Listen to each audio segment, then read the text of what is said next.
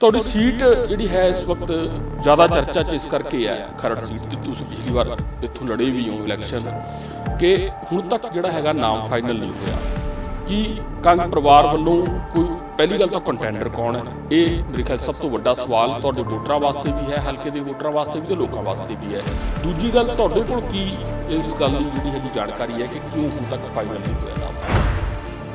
ਇਹ ਕੋਈ ਸੂਬਾ ਪਾਰਟੀਆਂ ਤਾਂ ਹੈ ਨਹੀਂ, ਅਕਾਲੀ ਦਲ ਹੋਵੇ ਦੂਸਰੀ ਛੋਟੀਆਂ ਹੋਣ ਵੀ ਲੀਡਰ ਨੇ ਫੈਸਲਾ ਕਰਤਾ, ਬਾਦਲ ਸਾਹਿਬ ਨੇ ਟਿਕਟ ਦੇ ਦਿੱਤੀ।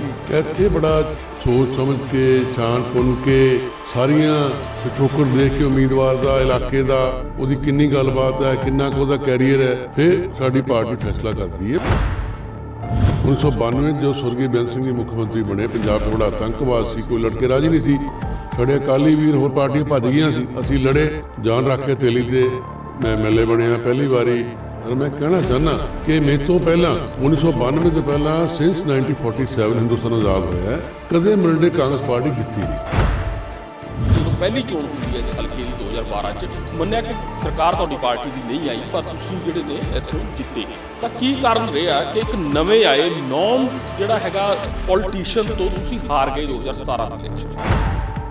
कंवर संधू जी मेरे बहुत सत्कारयोग प्यारे दोस्त हैं, मैं ज़्यादा टिप्पणी नहीं करना चाहता उन्होंने बारे जाती तौर पर, पर लोग मुकाबला हुण भी करते कि जगमोहन सिंह कांग्रेस 17 हार के 24 साढ़े घंटे दिन रात साढ़े रहा, बेमिसाल पौने 5 साल कांग्रेस सरकार ने विकास कराया, मूँहों बोलता विकास कराया। 2012 'ਚ ਤੁਸੀਂ ਜਿੱਤ ਗਏ ਪਰ ਪਾਰਟੀ ਦੀ ਸਰਕਾਰ ਨਹੀਂ ਆਈ। 2017 'ਚ ਤੁਸੀਂ ਹਾਰ ਕੇ ਪਾਰਟੀ ਦੀ ਸਰਕਾਰ ਆ ਗਈ।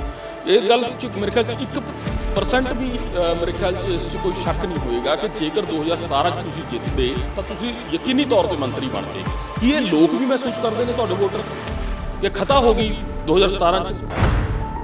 ਪਿਛਲੇ 10 ਸਾਲ ਅਕਾਲੀਆਂ ਵੇਲੇ 7 ਤੋਂ ਲੈ ਕੇ 17 ਤੱਕ ਸਾਡੇ ਇਲਾਕੇ ਦੀਆਂ ਸੜਕਾਂ ਦਾ ਇੰਨਾ ਮਾੜਾ ਹਾਲ ਸੀ ਕਿ ਬਿਆਨ ਕਰਨਾ ਮੁਸ਼ਕਿਲ ਹੈ। ਪਰ ਸੁਖਬੀਰ ਬਾਦਲ ਸਾਹਿਬ ਤਾਂ ਕਹਿੰਦੇ ਕਿ ਬੰਬ ਸੁੱਟ ਦਿਓ ਸੜਕਾਂ ਤੇ। ਲੋਕਾਂ ਨੂੰ ਪੁੱਛ ਲਓ, ਤੇ ਲੋਕਾਂ ਨੂੰ ਪੁੱਛ ਲਓ। ਤੀਜੀ ਜਿਹੜੀ ਧਿਰ ਇਸ ਵਕਤ ਤੀਜਾ ਮੁਕਾਬਲਾ ਦਿਖਾਉਣਾ ਜਿਹੜਾ ਹੈਗਾ ਉਹ ਅਕਾਲੀ ਦਲ ਕਰਕੇ ਆ। ਅਕਾਲੀ ਦਲ ਦਾ ਜਿਹੜਾ ਉਮੀਦਵਾਰ ਪਿਛਲੀ ਵਾਰ ਵੀ ਸੀ ਮੈਦਾਨ 'ਚ, ਇਸ ਵਾਰ ਵੀ ਮੈਦਾਨ 'ਚ ਹੈ, ਤੇ ਉਹ ਤੁਹਾਡੇ ਮੁਕਾਬਲੇ ਆਮ ਆਦਮੀ ਪਾਰਟੀ ਦੀ ਜੋ ਉਮੀਦਵਾਰ ਹੈ ਉਹਦੇ ਮੁਕਾਬਲੇ ਉਹ ਤਣਾਅ ਹੈ। ਉਹਦੀ ਉਸ ਚੁਣੌਤੀ ਦਾ ਸਾਹਮਣਾ ਕਿਸ ਤਰ੍ਹਾਂ ਕਰ ਰਹੇ ਹੋ? ਕਿਉਂਕਿ ਖਾਸ ਕਰ ਹੁਣ ਇਹ ਹਲਕਾ ਉਹ ਹਲਕਾ ਨਹੀਂ ਰਿਹਾ, ਇਹ ਪ੍ਰਾਪਰਟੀ ਡੀਲਰਾਂ ਦਾ ਹਲਕਾ ਬਣ ਗਿਆ, ਬਿਲਡਰਾਂ ਦਾ ਹਲਕਾ ਬਣ ਗਿਆ।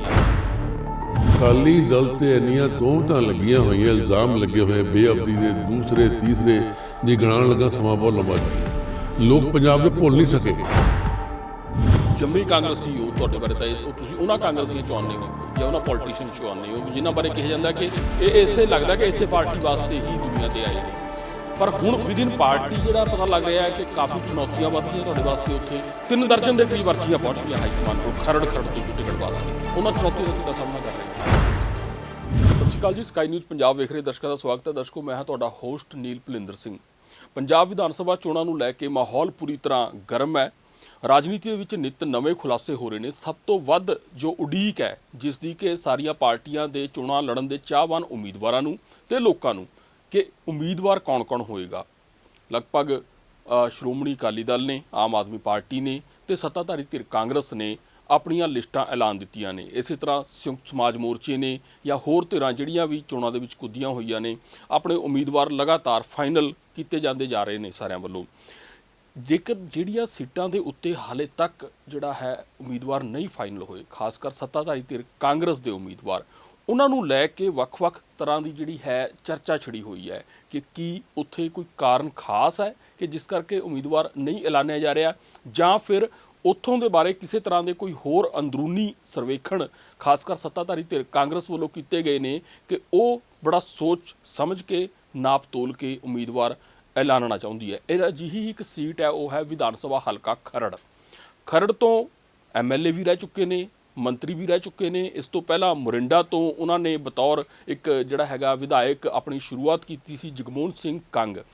ਉਹ ਇਸ ਵਕਤ ਸਾਡੇ ਨਾਲ ਬਣੇ ਹੋਏ ਨੇ। ਕੰਗ ਸਾਹਿਬ, ਸਤਿ ਸ਼੍ਰੀ ਅਕਾਲ ਜੀ। ਸਕਾਈ ਨਿਊਜ਼ ਦੇ ਸਟੂਡੀਓ 'ਚ ਤੁਹਾਡਾ ਸਵਾਗਤ ਹੈ।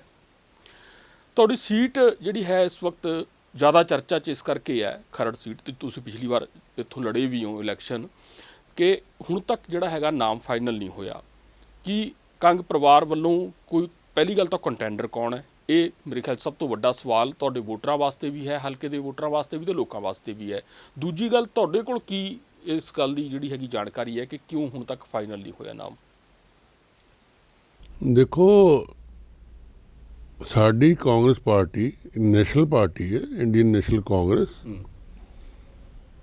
ਇਹ ਤੇ ਟਿਕਟ ਮਿਲਣਾ ਇੱਕ ਬਹੁਤ ਵੱਡੀ ਗੱਲ ਹੁੰਦੀ ਹੈ ਜੀ।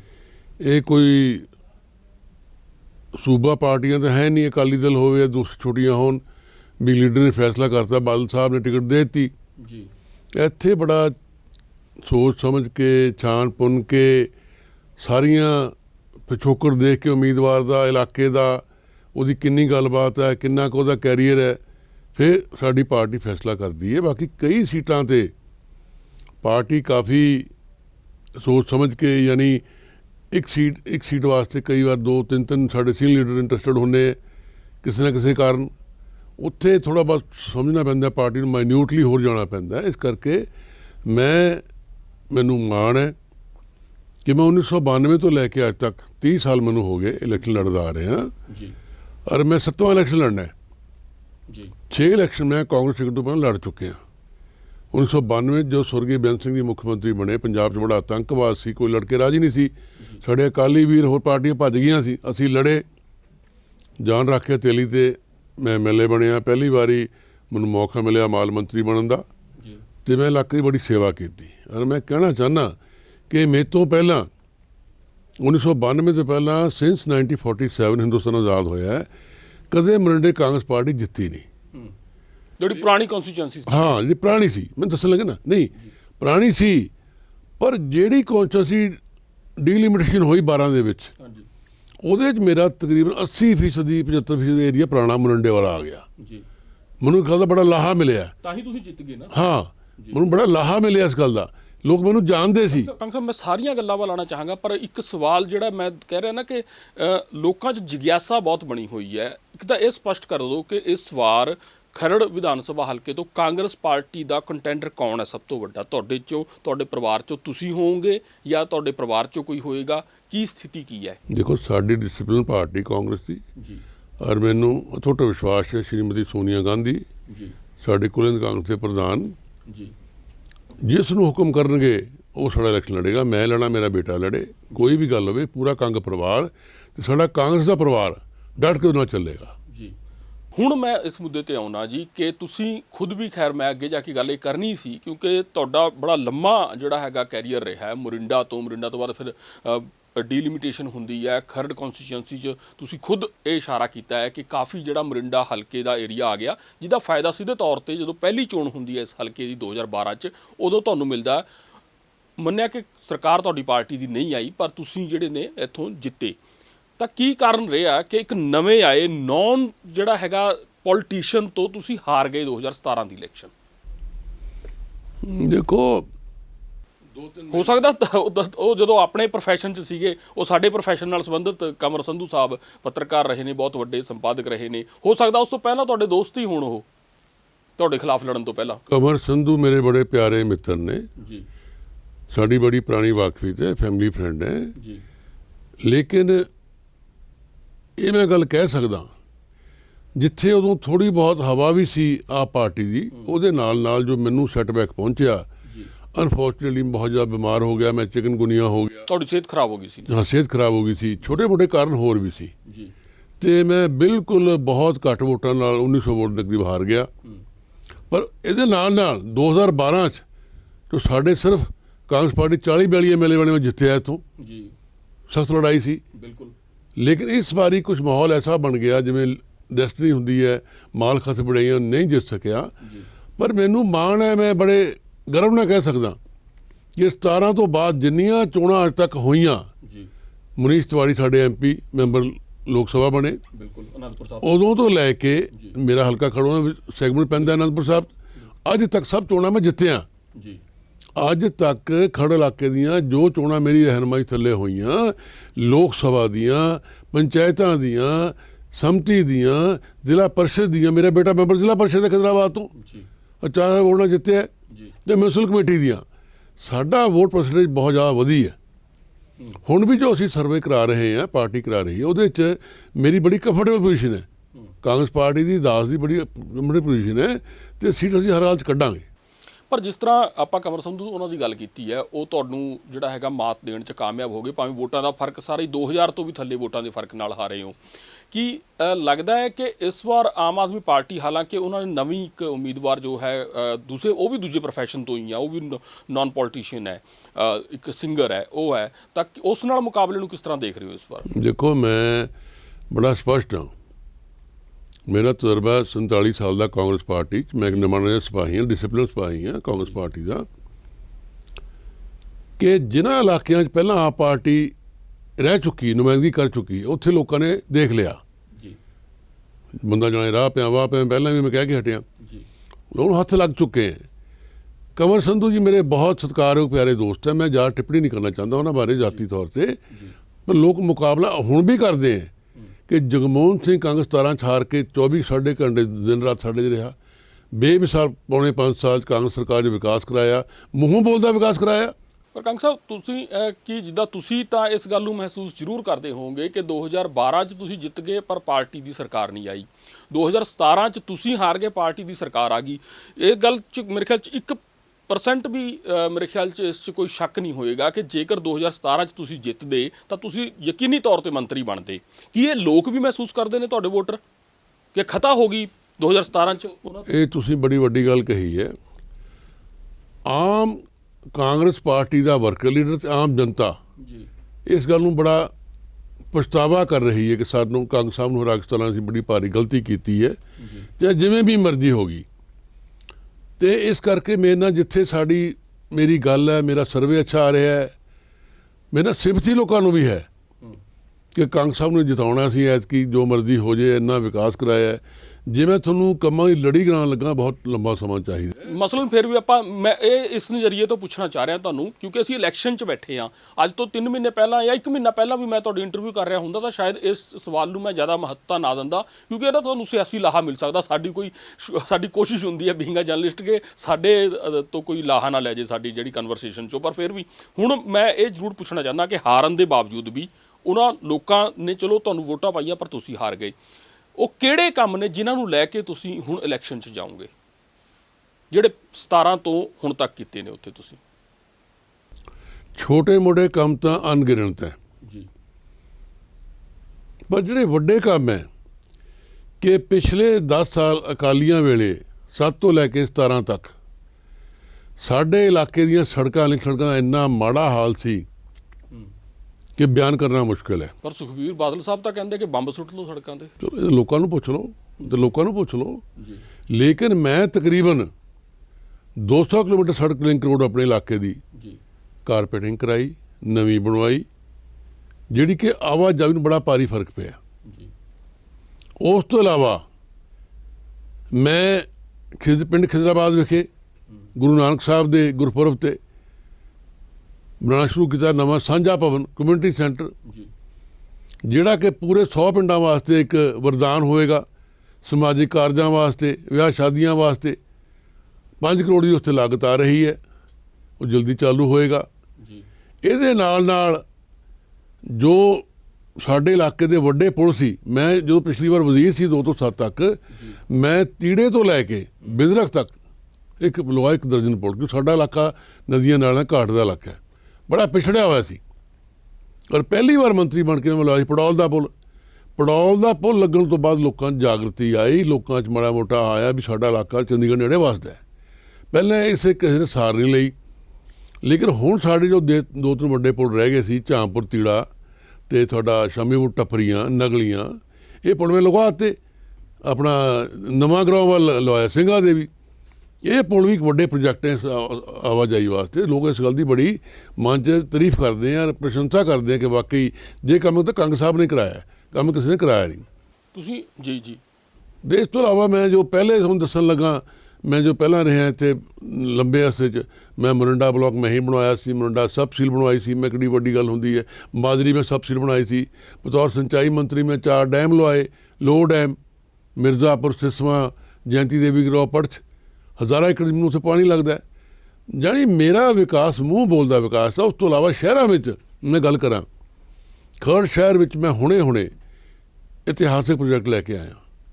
ਕਜੌਲੀ ਵਾਟਰ ਵਰਕਸ ਤੋਂ ਸਪਲਾਈ ਸਾਨੂੰ ਮਿਲਣੀ ਹੈ, ਜੋ ਮੇਰੀ ਜੱਦੋ ਜਹਿਦ ਸੀ ਬੜੀ ਪੁਰਾਣੀ ਜੀ। ਉਸ ਨੂੰ ਬੂਰ ਪਿਆ ਹੈ ਤੇ ਸਾਰੇ ਸ਼ਹਿਰ ਵਿੱਚ ਸੁੱਖ ਦਾ ਸਾਹ ਆਇਆ, ਕਿਉਂਕਿ ਸਾਇੰਸਦਾਨ ਕਹਿੰਦੇ ਆ ਹਰ ਸਾਲ ਧਰਤੀ ਦਾ ਲੈਵਲ ਥੱਲੇ ਪਾਣੀ ਜਾ ਰਿਹਾ ਹੈ ਤੇ ਖਤਰੇ ਦੀ ਘੰਟੀ ਹੈ। ਤੇ ਕਿਸੇ ਸ਼ਾਇਰ ਨੇ ਵੀ ਕਿਹਾ, ਕੁੱਖ 'ਚ ਧੀ ਧਰਤੀ 'ਚ ਪਾਣੀ ਖਤਮ ਹੋਏ ਤਾਂ ਖਤਮ ਕਹਾਣੀ।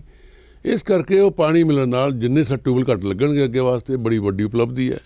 ਉੱਥੇ ਵੀ ਮੈਂ ਸਾਂਝਾ ਕਮਿਊਨਿਟੀ ਸੈਂਟਰ ਬਣਾਇਆ ਖਰੜ ਵਿੱਚ। ਮੈਂ ਹੈਰਾਨ ਪਰੇਸ਼ਾਨ ਹਾਂ ਕਿ ਐਡੀ ਪੁਰਾਣੀ ਤਹਿਸੀਲ ਖਰੜ, ਉੱਥੇ ਕੋਈ ਸਮਾਜ ਕਾਰਜਾਂ ਵਾਸਤੇ ਕੋਈ ਭਵਨ ਹੀ ਕੋਈ ਨਹੀਂ, ਕਮਿਊਨਿਟੀ ਸੈਂਟਰ ਹੀ ਕੋਈ ਨਹੀਂ। ਮੈਂ 2 ਵੱਡੇ ਕਮਿਊਨਿਟੀ ਸੈਂਟਰ ਬਣਾ ਲਏ, ਝੁੰਗੀਆਂ ਰੋਡ ਤੇ ਸ਼ਿਵਾਲਿਕ ਸਿਟੀ ਵੱਲ। ਜਿਹੜੀ ਚੋਈ ਵੱਡੀ ਲੰਘਦੀ ਸੀ ਉੱਥੋਂ ਮੈਂ ਉਹ ਸਾਰੀ ਮੈਂ ਪੱਕੀ ਕਰਵਾ ਰਿਹਾ, ਗੰਦ ਸੀ ਸਾਰਾ। ਸੜਕ ਚੌੜੀ ਕਰਵਾ ਰਿਹਾ, old Morinda road. Bus stand ਦਾ ਮੈਂ ਬੀੜਾ ਚੱਕਿਆ ਸੀ, ਉਹ ਹੁਣ ਆ ਕੇ ਸਿਰੇ ਲੱਗਣ ਲੱਗਿਆ। ਇਹ ਸਾਡੇ ਕੁਛ ਐਸੇ ਵੱਡੇ। ਬਾਕੀ ਪਾਰਕਾਂ ਵਾਸਤੇ ਮੈਂ ਸਾਰਾ ਇਲਾਕੇ ਨੂੰ ਪਰੋਤਾ, ਜੋ ਸਾਡੇ ਗੁਰੂ ਨਾਨਕ ਪਾਰਕ ਬਣਾਇਆ ਪਹਿਲਾਂ ਮੈਂ ਖਰੜ ਦੇ ਵਿੱਚ। ਹੁਣ ਮੈਂ ਕੁਰਾਲੀ ਸ਼ਹਿਰ ਦੀ ਗੱਲ ਕਰਾਂ, ਉੱਥੇ ਸਾਡਾ ਕਾਂਗਰਸ ਦਾ ਪ੍ਰਧਾਨ ਬਣਿਆ ਹੈ, ਕਾਂਗਰਸ ਪਾਰਟੀ ਜਿੱਤੀ ਹੈ, ਦਿਨ ਰਾਤ ਵਿਕਾਸ ਦੇ ਕੰਮ ਚੱਲ ਰਹੇ ਆ। ਔਰ ਮੈਂ ਸਮਝਦਾ ਕਿ ਜਿਵੇਂ ਪਵਨ ਕੁਮਾਰ ਬੰਸਲ ਮੇਰੇ ਵੱਡੇ ਭਰਾ ਲੈ ਮੰਤਰੀ, ਉਹਨਾਂ ਨੇ ਇੱਥੇ ਲਹਿਰ ਲਾਈ ਹੋਈ ਹੈ ਪਾਰਕਾਂ ਦੀ ਚੰਡੀਗੜ੍ਹ ਦੇ ਵਿੱਚ। ਹਰ ਸੈਕਟਰ 'ਚ ਪਾਰਕ ਹੈ, ਚਾਹੀਦੇ ਹੈ ਆਮ ਜਨਤਾ ਨੂੰ ਸਵੇਰੇ ਸ਼ਾਮ ਬੱਚਿਆਂ ਨੂੰ ਖੇਡਣ ਵਾਸਤੇ, ਬੀਬੀਆਂ ਨੂੰ ਬਜ਼ੁਰਗਾਂ ਨੂੰ ਸੈਰ ਕਰਨ ਵਾਸਤੇ। ਉਹ ਕੁਰਾਲੀ ਵਿੱਚ ਮੈਂ ਜਾਲ ਵਿਛਾ ਦਿੱਤਾ ਤੇ ਸੀਵਰੇਜ ਦਾ ਕੰਮ ਕਰਾ ਰਿਹਾ ਦੋਨੋਂ ਸ਼ਹਿਰਾਂ ਦੇ ਵਿੱਚ। ਇਹ ਮੇਰੇ ਮੋਟੇ ਕੰਮ ਹੈ। ਇਸ ਤੋਂ ਇਲਾਵਾ ਬਹੁਤ ਸਾਰੇ ਮੈਂ ਕੰਮ ਹਜੇ ਮੇਰੇ ਪਾਈਪਲਾਈਨ 'ਚ ਹੈ।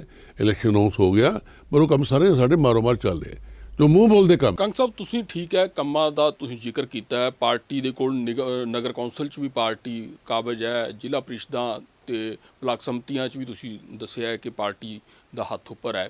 ਪਰ ਵਿਦਿਨ ਪਾਰਟੀ ਬੀਇੰਗ ਅ ਟਕਸਾਲੀ ਕਾਂਗਰਸੀ, ਤੁਸੀਂ ਜੰਮੇ ਕਾਂਗਰਸੀ ਹੋ, ਤੁਹਾਡੇ ਬਾਰੇ ਤਾਂ ਤੁਸੀਂ ਉਹਨਾਂ ਕਾਂਗਰਸੀਆਂ 'ਚੋਂ ਆਉਂਦੇ ਹੋ ਜਾਂ ਉਹਨਾਂ ਪੋਲੀਟੀਸ਼ੀਅਨ 'ਚੋਂ ਆਉਂਦੇ ਹੋ ਜਿਨ੍ਹਾਂ ਬਾਰੇ ਕਿਹਾ ਜਾਂਦਾ ਕਿ ਇਹ ਇਸੇ ਲੱਗਦਾ ਕਿ ਇਸੇ ਪਾਰਟੀ ਵਾਸਤੇ ਹੀ ਦੁਨੀਆ 'ਤੇ ਆਏ ਨੇ।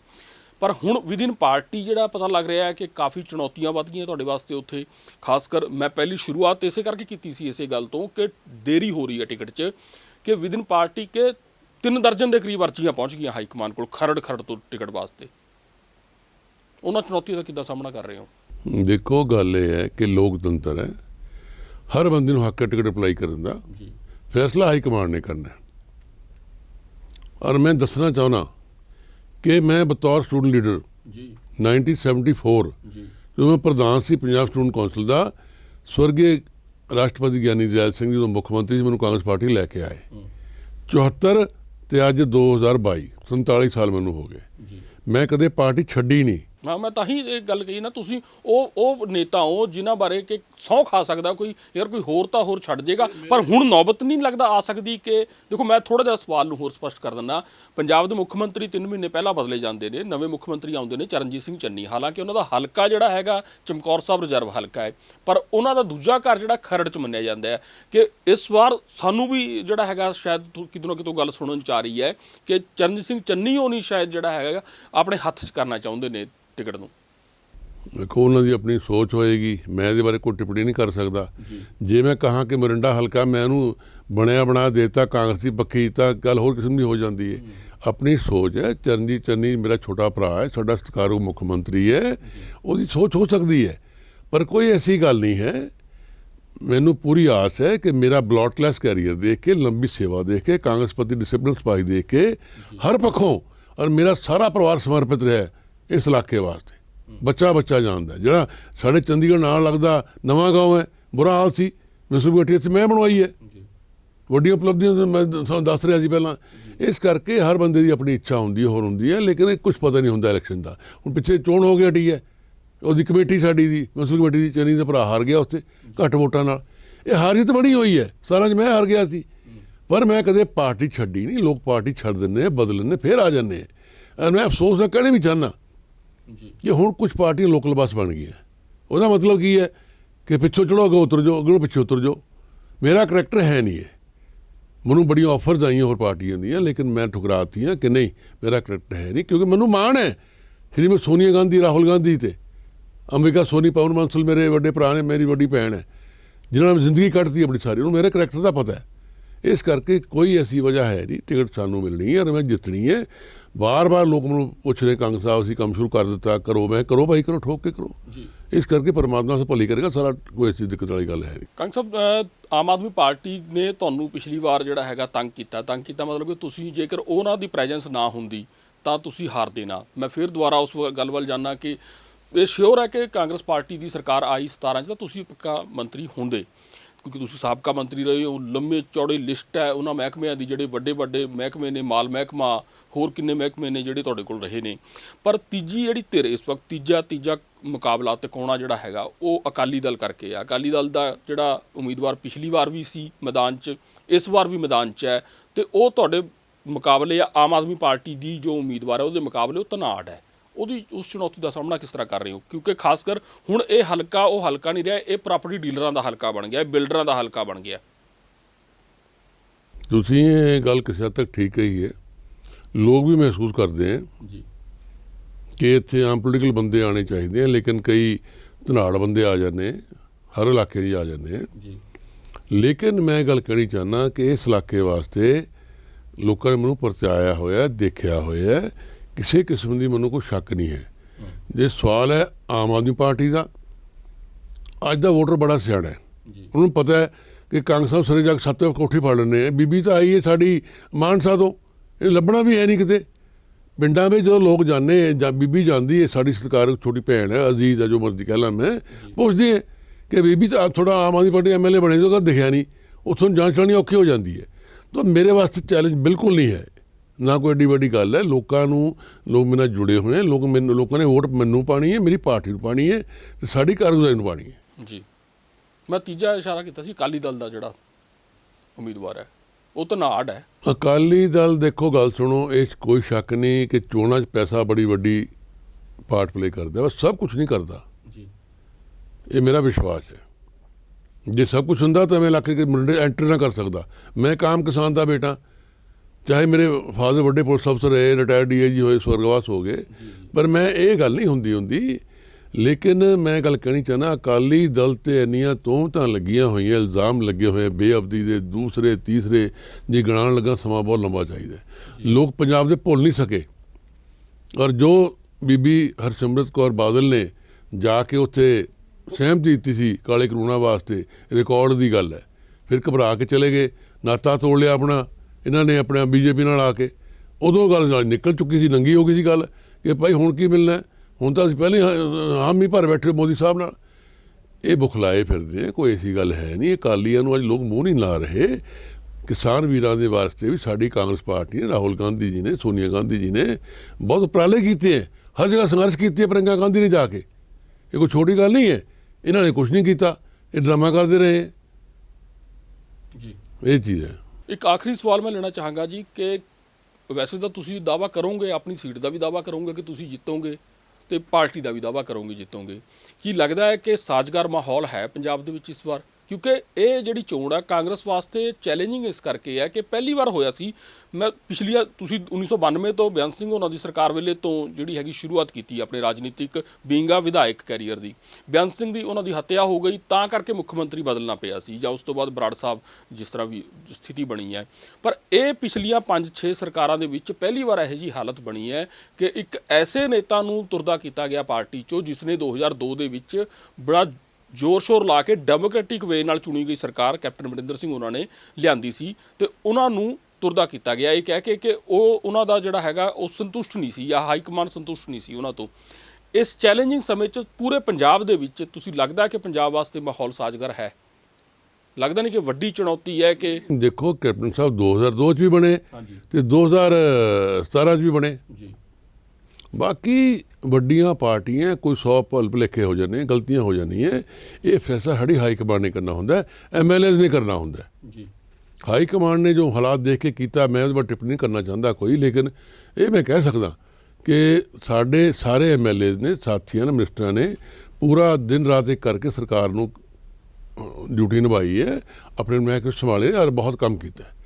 ਉਹਦਾ ਸਾਨੂੰ ਸਿੱਟਾ ਮਿਲੇਗਾ ਹੁਣ ਜੋ ਸਰਕਾਰ ਦੀ ਗੱਲਾਂ ਆਉਣਗੀਆਂ। ਹੁਣ 3 ਮਹੀਨੇ ਹੋ ਗਏ ਚੰਨੀ ਬਣਿਆ ਸਾਡਾ ਮੁੱਖ ਮੰਤਰੀ ਜੀ, ਬੜਾ ਸਾਨੂੰ ਮਾਣ ਹੈ ਜੀ। ਪਹਿਲੀ ਵਾਰ ਕਾਂਗਰਸ ਪਾਰਟੀ ਨੇ ਦਲਿਤ ਭਾਈਚਾਰੇ ਨੂੰ ਸਨਮਾਨ ਦਿੱਤਾ। ਇਤਿਹਾਸ ਹੈ ਹਿੰਦੁਸਤਾਨ ਦਾ, ਦੇਖ ਲਓ। ਇਹ ਇਹਨਾਂ ਦਾ ਕੰਮ ਤਾਂ ਹੋਇਆ ਅਕਾਲੀਆਂ ਦਾ ਤੇ BSP ਦਾ। ਗੱਲੀ ਬਾਤੀ ਮੈਂ ਬੜੀ ਕਤੂਤੀ ਬੜੀ ਠਾਣੀ। ਮਾਇਆਵਤੀ ਜੀ ਐਡਜਸਟਮੈਂਟ ਕਰਕੇ ਤੁਹਾਨੂੰ ਪਤਾ ਹੀ ਹੈ ਕੀ ਕੁਛ ਕਰਦੇ ਨਾਲ ਰਲ ਗਏ। ਇਹਨੂੰ ਬੜਾ ਹੌਸਲਾ ਵੀ ਦਲਿਤ ਵੋਟ ਪੈ ਜਾਏਗੀ, ਪਰ ਚੰਨੀ ਜੀ ਦੇ ਬਣਨ ਦੇ ਨਾਲ ਦਲਿਤ ਵੋਟ ਸਾਡੀ ਬੜੀ ਖਿਸਕੀ ਹੈ, ਸਾਡੇ ਵੱਲ ਨੂੰ ਆਈ ਹੈ। ਸਾਡੀ ਕਾਂਗਰਸ ਪਾਰਟੀ ਹਮੇਸ਼ਾ ਰੀੜ੍ਹ ਦੀ ਹੱਡੀ ਸਮਝਦੀ ਹੈ ਦਲਿਤ ਨੂੰ, ਸਮਾਜ ਦੇ ਪਿਛੜੇ ਵਰਗ ਨੂੰ। ਇਸ ਕਰਕੇ ਅਸੀਂ ਕਰਕੇ ਦਿਖਾਤਾ। ਇਹਦਾ ਸਿਹਰਾ ਜਾਂਦਾ ਸੋਨੀਆ ਗਾਂਧੀ, ਰਾਹੁਲ ਗਾਂਧੀ ਨੂੰ ਇਹ ਫੈਸਲਾ ਲੈਣ ਦਾ, ਤੇ ਮੈਨੂੰ ਪੂਰੀ ਆਸ ਹੈ। ਇਹ ਤੁਹਾਡੀ ਗੱਲ 'ਚ ਮੈਂ ਬਿਲਕੁਲ ਸਹਿਮਤ ਹਾਂ। ਐਤਕੀ ਚੋਣ ਬਹੁਤ ਹੋਰ ਕਿਸਮ ਦੀ ਹੋਣ ਜਾ ਰਹੀ ਹੈ, ਕਿਉਂਕਿ ਇਨ ਬਿਟਵੀਨ ਸੰਘਰਸ਼ ਚੱਲਿਆ ਕਿਸਾਨਾਂ ਦਾ, ਬੇਅਬਦੀ ਦਾ ਕੁਛ ਨਹੀਂ ਹੱਲ ਹੋਇਆ, ਹੋਰ ਬਹੁਤ ਸਾਰੀਆਂ ਗੱਲਾਂ, ਮਾਈਨਿੰਗ ਦੀਆਂ ਗੱਲਾਂ ਬਹੁਤ ਆਈਆਂ। ਇਸ ਕਰਕੇ ਲੋਕ ਬੜੇ ਕਨਫਿਊਜ਼ ਹੋਣਗੇ, ਦੇਖਣਗੇ 5-6 ਪਾਰਟੀਆਂ ਖੜੀਆਂ ਹੋ ਗਈਆਂ, ਕਾਂਗਰਸ ਹੈ, ਆਪ ਪਾਰਟੀ ਹੈ, ਅਕਾਲੀ ਦਲ ਹੈ, ਭਾਜਪਾ ਖੜੀ ਕਰਨ ਲੱਗ ਗਈ ਹੈ, ਤੇ ਹੋਰ ਛੋਟੀਆਂ ਮੋਟੀਆਂ ਪਾਰਟੀ ਸੰਯੁਕਤ ਅਕਾਲੀ ਦਲ ਹੈ। ਐਤਕੀ ਬੜਾ ਜਿਹੜਾ ਹੋਏਗਾ ਇੰਟਰਸਟਿੰਗ ਹੋਏਗਾ ਸਾਰਾ ਕੰਟੈਸਟ। ਲੇਕਿਨ ਮੈਨੂੰ ਪੂਰੀ ਆਸ ਹੈ ਕਿ ਗੁਰੂ ਮਹਾਰਾਜ ਕਿਰਪਾ ਕਰਨਗੇ, ਮੈਂ ਜਿੱਤਾਂਗਾ, ਸਾਡੀ ਕਾਂਗਰਸ ਪਾਰਟੀ ਦੁਬਾਰਾ ਸਰਕਾਰ ਪੰਜਾਬ 'ਚ ਬਣਾਏਗੀ। ਜੀ ਬਿਲਕੁਲ, ਜਿਹੜਾ ਮੁਕਾਬਲਾ ਜਿਹੜਾ ਹੈ ਪੰਜਾਬ ਦੇ ਸਮੁੱਚੇ ਪੰਜਾਬ ਦੇ ਵਿੱਚ ਹੀ ਜਿਹੜਾ ਹੈਗਾ ਬੜਾ ਦਿਲਚਸਪ ਹੋਣ ਜਾ ਰਿਹਾ ਹੈ। ਅਸੀਂ ਜਗਮੋਹਨ ਸਿੰਘ ਕੰਗ ਉਹਨਾਂ ਨਾਲ ਗੱਲਬਾਤ ਕੀਤੀ ਹੈ। ਅਸੀਂ ਕੋਸ਼ਿਸ਼ ਕਰਦੇ ਹਾਂ ਕਿ ਪਹਿਲਾਂ ਅਸੀਂ ਇਨ ਹਾਊਸ ਸਟੂਡੀਓ ਦੇ ਵਿੱਚ ਬੈਠ ਕੇ ਜ਼ਰੂਰ ਆਪਾਂ ਫਰੋਲਦੇ ਹਾਂ ਕਿ ਨੇਤਾ ਜੀ ਦੇ ਮਨ 'ਚ ਕੀ ਹੈ, ਤੇ ਹੁਣ ਅਸੀਂ ਇਸੇ ਜਿਹੜਾ ਲੜੀ ਨੂੰ ਅੱਗੇ ਤੋਰਦੇ ਹੋਏ ਇਹਨਾਂ ਦੇ ਹਲਕੇ 'ਚ ਵੀ ਜਾਵਾਂਗੇ। ਪਰ ਉਡੀਕ ਹੈ ਕਿ ਟਿਕਟ ਜਿਹੜੀ ਹੈਗੀ ਆ ਖਰੜ ਸੈਗਮੈਂਟ ਤੋਂ, ਜਿਹੜਾ ਅਸੈਂਬਲੀ ਸੈਗਮੈਂਟ ਤੋਂ ਅਨਾਊਂਸ ਹੋ ਜਾਏ, ਤੇ ਉਸ ਤੋਂ ਬਾਅਦ ਅਸੀਂ ਦੂਜਾ ਪਹਿਲੂ ਜਿਹੜਾ ਸਾਡੇ ਇਸ ਪ੍ਰੋਗਰਾਮ ਦਾ ਹੈ, ਸਾਡੀ ਇਸ ਪ੍ਰੋਗਰਾਮਾਂ ਦੀ ਲੜੀ ਦਾ ਹੈ ਕਿ ਨੇਤਾ ਜੀ ਦੀ ਸਿਆਸੀ ਸਿਹਤ, ਉਸ 'ਚ ਅਸੀਂ ਤੁਹਾਨੂੰ ਇਹਨਾਂ ਦੇ ਹਲਕੇ 'ਚ ਫਿਰ ਲੈ ਕੇ ਜਾਵਾਂਗੇ। ਕੰਗ ਸਾਹਿਬ, ਸਾਡੇ ਕੋਲ ਆਉਣ ਵਾਸਤੇ ਬਹੁਤ ਬਹੁਤ ਸ਼ੁਕਰੀਆ। ਕਾਫੀ ਗੱਲਾਂ ਖੁੱਲ੍ਹ ਕੇ ਹੋਈਆਂ ਨੇ, ਕਾਫੀ ਗੁੱਝੇ ਇਸ਼ਾਰੇ ਵੀ ਮਿਲੇ ਨੇ। ਸਭ ਤੋਂ ਇੱਕ ਮੈਨੂੰ ਜੋ ਖੂਬਸੂਰਤ ਗੱਲ ਤੁਹਾਡੀ ਸਾਰੀ ਗੱਲਬਾਤ 'ਚੋਂ ਲੱਗੀ ਹੈ ਕਿ ਤੁਸੀਂ ਇਹ ਬੜੀ ਜ਼ਿੰਮੇਵਾਰੀ ਨਾਲ ਵੀ ਤੇ ਬੜੀ ਫਰਾਖਦਿਲੀ ਨਾਲ ਸਵੀਕਾਰ ਕੀਤਾ ਹੈ ਕਿ ਇਸ ਵਾਰ ਦੀ ਇਲੈਕਸ਼ਨ ਪਿਛਲੀਆਂ ਸਾਰੀਆਂ ਇਲੈਕਸ਼ਨਸ ਨਾਲੋਂ ਜਿਹੜੀ ਹੈਗੀ ਹੈ ਡਿਫਰੈਂਟ ਹੈ ਤੇ ਇੰਟਰਸਟਿੰਗ ਹੋਣ ਜਾ ਰਹੀ ਹੈ। ਇਹ ਚੀਜ਼ ਜਿਹੜੀ ਹੈਗੀ ਹੈ ਜ਼ਰੂਰ ਮੇਰੇ ਖਿਆਲ 'ਚ ਸਭ ਯਾਦ ਰੱਖਣਗੇ ਕਿ 2022 'ਚ ਇੱਕ ਐਸੀ ਇਲੈਕਸ਼ਨ ਪੰਜਾਬ ਨੇ ਦੇਖੀ ਸੀ। ਬਹੁਤ ਸ਼ੁਕਰੀਆ ਜੀ। ਥੈਂਕ ਯੂ, ਬਹੁਤ ਮਿਹਰਬਾਨੀ, ਸ਼ੁਕਰੀਆ ਜੀ।